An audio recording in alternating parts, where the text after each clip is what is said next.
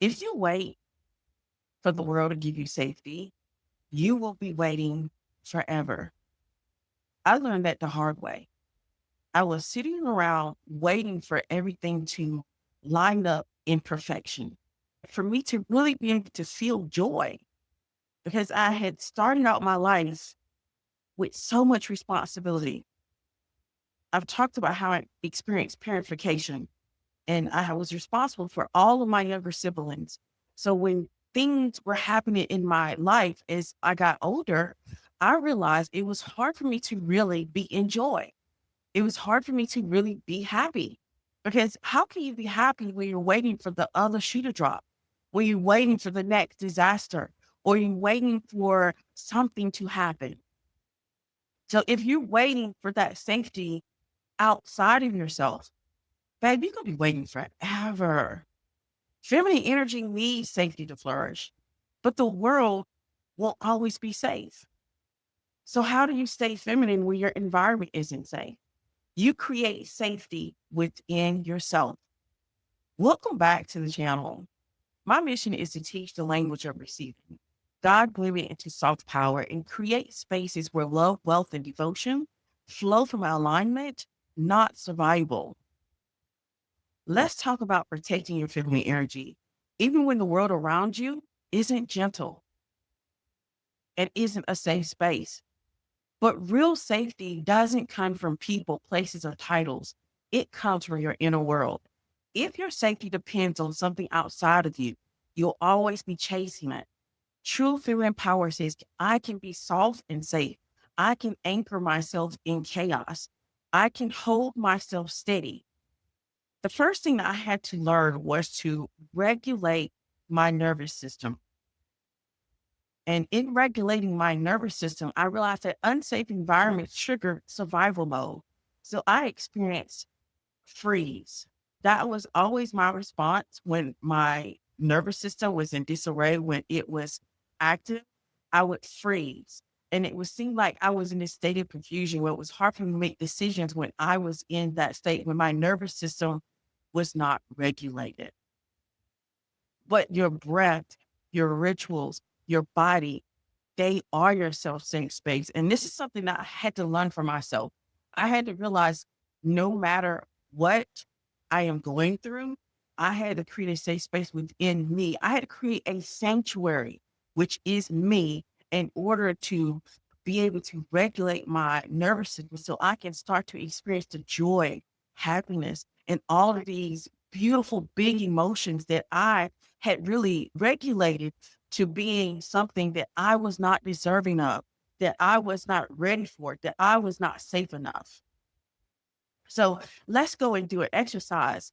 Place one hand on your heart and one hand on your womb. And I'm going to need you to take a slow breath in, hold, exhale softly, and whisper to yourself, I am safe inside of me. Regulation tells your body, I don't need the world to calm down for me, to feel safe. So let's step into step two. What this is another thing that I learned on this journey was I had to learn to create micro sanctuaries. I created them through ritual. And this means that even when chaos was happening, the feminine knows how to build temples. And sometimes creating that micro sanctuary, that sanctuary could be in a candle, just breathing in the scent of that candle and remembering who you are, or sipping on a cup of tea and just letting it flow through your body and waking up your senses. Or it could be a corner of your room. Because I can remember as a small child, you all are not going to believe this. My micro sanctuary as a small child was actually underneath the bed. That was my micro sanctuary. That is where I would sit back and I would read books. And I would be in my little hiding hole, and it made me feel so safe and regulated. And I didn't know how significant that was as I got older and I started creating my own space as an adult. So now I don't just have a small corner of the room or underneath the bed anymore. Now I have a full own space where it's my sanctuary. It's a space when I walk in, I can literally feel the energy. I literally feel my entire body relaxing. I feel so calm and relaxed. And I know that anything that I want, when I step in that space, it can become my reality. And so you create sanctuaries, even if it is in music, maybe it's in your playlist, maybe it's in that motivating, high engaging, high therapeutic music that you have, that playlist, or maybe it's in that bath, that bathing ritual where you soak and you just allow all of the bad and negative energy to just drain away from you and your body and let it go down the drain. And so beauty softens the nervous system. Rituals remind your body where home is. Your ritual is your refuge. So let's talk about step three, because this is something I had created for myself. This is another aspect of creating internal safety, because you're not going to get that in outside world. You're not going to get that with how busy the world is. So you have to learn to create boundaries, but not as a way to lock yourself in or put yourself in jail. You have to learn to create boundaries as a form of protection, as a gateway, as a door. Salt doesn't mean unprotected. When the environment isn't safe, boundaries become your armor. And that's not what we're trying to create. We're not trying to create a space where you can't get out. You don't interact with the world. You don't have anything happen to you. You don't meet new people. We just want to have boundaries where it looks like you're creating a space between yourself and the chaos. Just by saying no without apology, guarding your energy. Boundaries are elegant gates, not walls. They don't harden you, they honor you. And so I had to create this for myself. Soft power doesn't beg for peace, it enforces it. So let's talk about step four, which is self trust. Self trust is your foundation.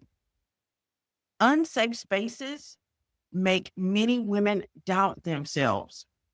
And this is the reason why I get on you all so much about the spaces that you entertain, the spaces that you become a part of.